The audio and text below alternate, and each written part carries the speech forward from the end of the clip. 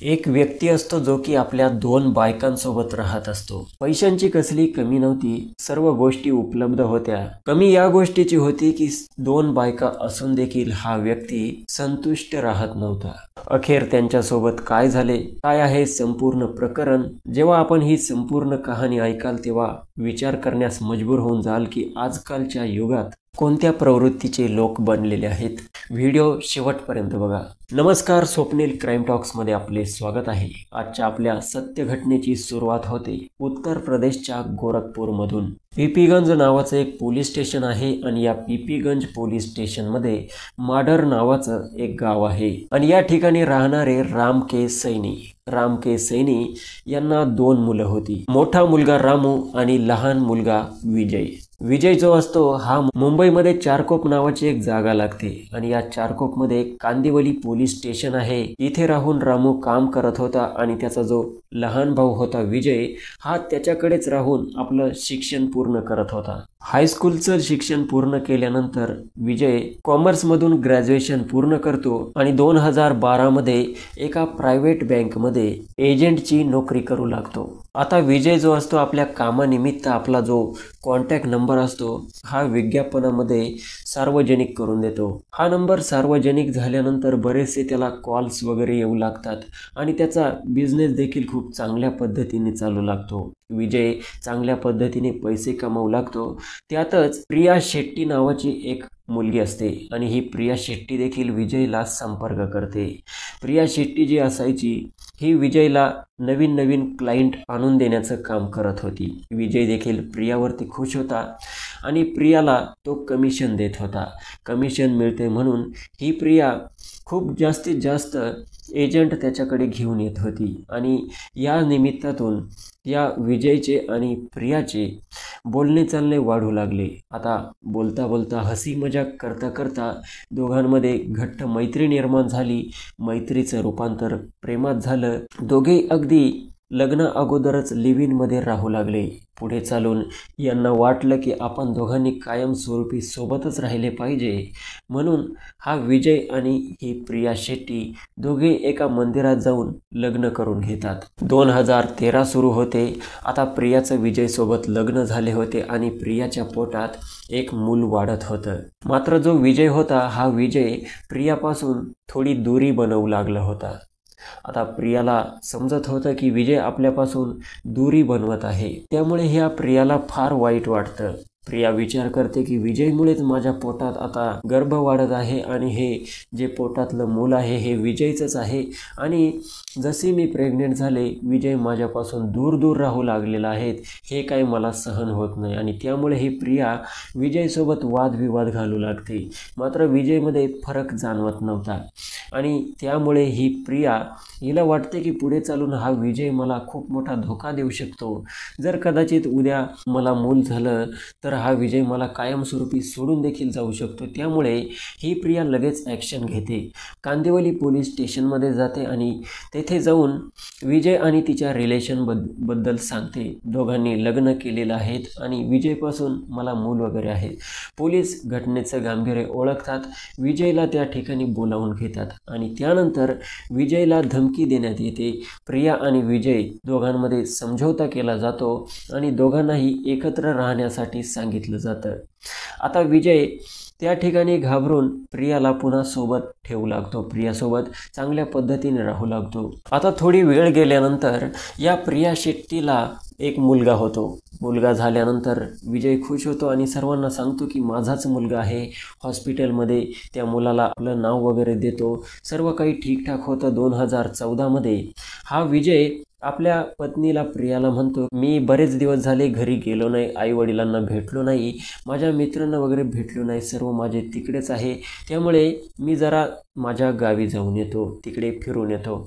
तर प्रिया देखील विचार करते की आता याच्यापासून मुलगा झाला, हा आपला पती आहे, जाईल 4-2 दिवस आणि पुन्हा येईल, म्हणून ही प्रिया त्याला होकार देते. आणि 2014 मध्ये हा विजय जसा आपल्या घरी तिकडे पीपीगंज पोलीस स्टेशन अंतर्गत त्याचं गाव होतं तिकडे जातो आणि तिकडचाच होऊन जातो. तिकडे गेल्यानंतर जे काही त्याचं कॉन्टॅक्ट होतं, व्हॉट्सॲप, फेसबुक वगैरे सर्व अकाउंट जे काही होतं हे सर्व चेंज करून टाकतो. आता प्रिया इकडे जी होती या प्रियाला त्याच्या हिस्ट्रीबद्दल काही माहीत नव्हतं. प्रियाला बस इतकंच माहीत होतं की विजय हा एजंटचं काम करतो आणि चांगल्या पद्धतीने पैसे कमावतो. महिन्याला 1-1.5 लाख रुपये कमावतो. तितकंच तिला माहीत होतं आणि त्यामुळे तिने लग्न वगैरे केलेलं होतं. मात्र जसं आता विजय तेथून गायब झाला होता तसं प्रियाला त्याच्याबद्दल कसलीही माहिती नव्हती आणि प्रिया देखील तिकडे आपल्या मुलासोबत राहत होती. आता विजय आपल्या घरी गेल्यानंतर घरच्यांना त्याने काही सांगितलं नव्हतं की मी तिकडे जाऊन काय कांड केलेले आहेत, माझं लग्न झालेलं आहे, मुलगा आहेत, हे काही सांगितलं नव्हतं. विजय वयात आलेला होता त्यामुळे विजयचे घरवाले त्याच्यासाठी एक मुलगी शोधू लागतात आणि त्यांना एक मुलगी मिळते देखील. मुलीचं नाव असतं संध्या. संध्या दिसायला खूप सुंदर असते. संध्याचे वडील हे रिटायर्ड रेल्वे कर्मी असतात ज्यांचं नाव असतं रामविलास. पिपीगंज पोलीस स्टेशन अंतर्गत तिहारा टोला सफिया या गावात राहणारी संध्या हिच्यासोबत विजयचं लग्न होते आणि विजय आपल्या पत्नीसोबत संध्यासोबत खूप आनंदाने राहू लागतो. सर्व काही ठीकठाक असतं. संध्यावरती तो खूप जास्त प्रेम देखील करत असतो. मात्र 2014 मध्ये हे लग्न झालं होतं. संध्या आणि विजय पती पत्नी बनून राहत होते. 2015 गेले, 16 गेले, 17, 18, 19, 20, 21, 2022 सुरू झाली आणि 2022 पर्यंत हा विजय इकडे आपल्या गावीच येऊन राहत होता आपल्या पत्नीसोबत. मात्र आता या विजयला पैशांची तंगी जाणवू लागली होती. विजय विचार करत होता की जोपर्यंत आपण मुंबईमध्ये होतो तोपर्यंत चांगल्या पद्धतीने पैसा कमावत होतो. मात्र इकडे तसलं काही काम नाही, तेवढी काही आमदनी नाही. त्यामुळे विजय शेवटी विचार करतो की आपल्याला मुंबईला जाणं भागच आहे. अखेर विजय संपूर्ण विचार करतो आणि 2022 मध्ये पुन्हा मुंबईला जातो आणि आपलं परत जे अगोदर तो काम करत होता प्रायव्हेट बँकमध्ये एजंटचं ते काम सुरू करतो. आपलं सोशल मीडिया वगैरे सर्व काही ॲक्टिव्ह करतो आणि आपल्या पत्नीला जी संध्या होती हिला आपल्या घरीच सोडलेलं होतं. संध्याला 2 मुलं देखील झालेली होती. संध्या आपल्या मुलांसोबत तिकडे गावीच राहिली होती आणि विजय पुन्हा इकडे मुंबईला आला होता. सर्व काही त्याने ॲक्टिव्ह केलेलं होतं आणि आता काही दिवस झाल्यानंतर या विजयला पुन्हा आपल्या पत्नीची आठवण येऊ लागते. म्हणजे संध्याची आठवण येण्याऐवजी त्याला प्रियाची आठवण येऊ लागते. जी प्रिया शेट्टी होती तिच्यासोबत त्याने 2012 मध्ये लग्न केलेलं होतं. त्या प्रियाबद्दल त्याला आठवते की हिच्यासोबत आपण लग्न केलेलं आहे, तिच्यापासून आपल्याला एक मुलगा आहे, आपण हिच्यासोबत कॉन्टॅक्ट तोडले होते. मात्र आता आपण मुंबईमध्ये आलोच आहोत तर बघूयात ही कुठे आहे, हिने कदाचित दुसरं लग्न वगैरे केले की काय, कारण त्याने तिचा संपूर्ण विषय हा टाकून दिला होता. आणि आता हा पुन्हा त्या प्रियाला शोधू लागतो आणि त्याला सोशल मीडियावरती इकडे तिकडे इंस्टाग्रामवरती फेसबुकवरती कुठेतरी ते अकाउंट सापडतं आणि प्रिया शेट्टी आणि विजयमध्ये पुन्हा चॅटिंग सुरू होते.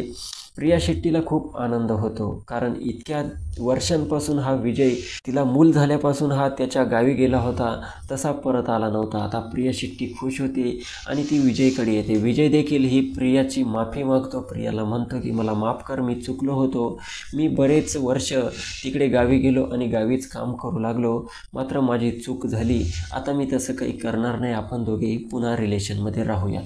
हा विजय कोणत्या लेवलचा माणूस होता हे तुम्हाला समजलेच असेल. आता ही प्रिया शेट्टी देखील आपल्याबद्दल विजयला सांगू लागते, जेव्हापासून तुम्ही गेले माझे आईवडील दोघांचाही मृत्यू झाला आणि आपला जो मुलगा आहे आता हा 13 वर्षांचा झालेला आहे आणि त्याच्या मावशीकडेच तो राहत असतो. सर्व काही ठीकठाक सुरू होते. पुन्हा प्रिया शेट्टी आणि विजय पती पत्नीप्रमाणे राहू लागतात आणि असेच 1-2 वर्ष जातात. 2025 मध्ये विजयला पुन्हा रिअलाइज होते की आपलं लग्न झालेलं आहे आणि आपली पत्नी संध्या ही आपली आठवण काढत असते. आपल्याला 2 मुलं देखील आहेत. 2025 मध्ये हा विजय पुन्हा तसेच करतो जे त्याने अगोदर प्रियासोबत केले होते. यावेळी देखील तो गुपचूप त्या ठिकाणावरून निघतो आणि आपल्या गावी पुन्हा परतून जातो, आपल्या शहरात निघून जातो.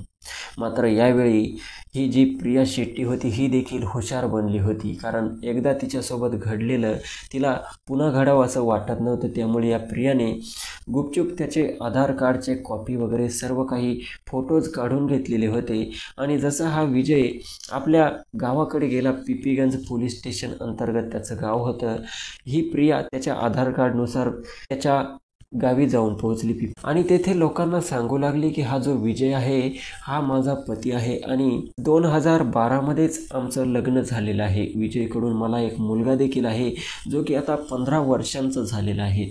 जेव्हा तेथील लोक हे ऐकतात तेव्हा लोक हैराण होऊन जातात की विजय नक्की कसा मुलगा आहे. त्याने अगोदर तिकडेच लग्न करून घेतले होते, त्यानंतर तो पुन्हा इकडे आला, इकडे देखील लग्न केले.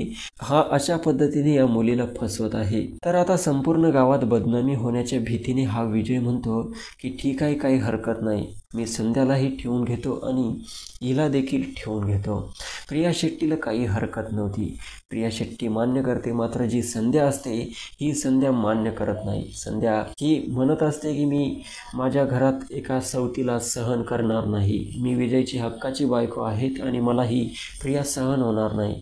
मात्र विजय खूप जास्त या संध्याला समजावतो, तर संध्या देखील मान्य करते आणि त्यानंतर ही प्रिया आणि संध्या या विजयच्या पत्नी बनून राहू लागतात. सर्व काही ठीकठाक होते. आता हे तिघे पती पत्नी एकदम हसून खेळून राहत होते. विजय हा दारूचा खंबा घेऊन यायचा, दोन्ही त्याच्या बायका दारू प्यायच्या, तो प्यायचा, तिघे पॅगला पॅग लावायचे आणि तिघे मस्त आनंदाने त्या घरामध्ये नांदत होते. वेळ निघते, 2026 सुरू होते. 30 जानेवारी 2026ची बात असते. बेरघट्टा नावाचं एक गाव असतं आणि या गावामध्ये एक सुनसान इलाका असतो. खाली जमीन असते आणि त्या जमिनीवरती एक मृतदेह पडलेला असतो. तिथे काही लोक फिरत असतात, तर त्यांना तो मृतदेह दिसतो. तो मृतदेह एका महिलेचा असतो. महिलेचा चेहरा पूर्णपणे डॅमेज असतो, ओळख पटवणं मुश्किल असतं. त्यामुळे तेथील लोक हे पोलीस स्टेशनला संपर्क साधतात आणि पोलीस घटनास्थळी दाखल होतात. पोलीस आजूबाजूच्या लोकांना विचारतात की या महिलेला कोणी ओळखतं का? तर त्या महिलेला ओळखण्यासाठी कोणी तयार नव्हतं आणि ओळखण्यासारखा तिचा मृतदेह देखील नव्हता. तिचं तोंड पूर्णपणे डॅमेज होतं. त्यामुळे पोलीस आता CCTVचा आधार घेतात. विविध प्रकारचे CCTV फॉरेन्सिक टीम बोलावण्यात येते आणि संपूर्ण एरियामध्ये CCTV फुटेज चेक करण्यात येते. तर त्यांना दिसते एका स्कूटीवरती 2 जण येऊन या महिलेला या ठिकाणी टाकलेलं आहेत. तर पोलीस त्या बाईकचा नंबर घेतात. तर त्या नंबरवरून त्यांना समजतं की ही जी स्कूटी आहे ही विजयची आहे. पोलीस सरळ विजयला उचलतात, पोलीस स्टेशनला घेऊन येतात आणि विजयची जेव्हा चौकशी करण्यात येते तेव्हा विजय सुरुवातीला तर काही सांगत नाही. मात्र जेव्हा त्याला दांडे दाखवण्यात येतात, जेव्हा सत्य दाखवण्यात येते तेव्हा विजय पूर्णपणे तुटतो आणि आपली संपूर्ण कहाणी ही पोलिसांना सांगू लागतो. विजय पोलिसांना सांगतो की जेव्हा प्रिया शेट्टी ही माझ्या गावी आली तेव्हाच मला तिचा खूप राग आला होता. मी तिला पत्नी मानतच नव्हतो. मी फक्त वापरासाठी तिच्यासोबत लग्न केलं होतं. जोपर्यंत मी मुंबईला असायचो तोपर्यंत मी तिच्यासोबत असायचो. मात्र माझी खरी पत्नी ही संध्या होती आणि संध्याला ही प्रिया शेट्टी तिची सवत बनून राहणं अजिबात पसंत नव्हतं. संध्यालाच काय, तर संध्याचे जे वडील होते रिटायर्ड रेल्वेकर्मी विलास, यांना देखील आपल्या मुलीला सवत असावी असं वाटत नव्हतं.